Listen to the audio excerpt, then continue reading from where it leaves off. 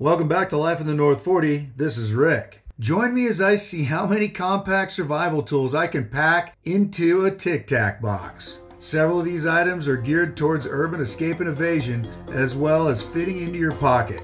That's why I call it the 007. Here we go.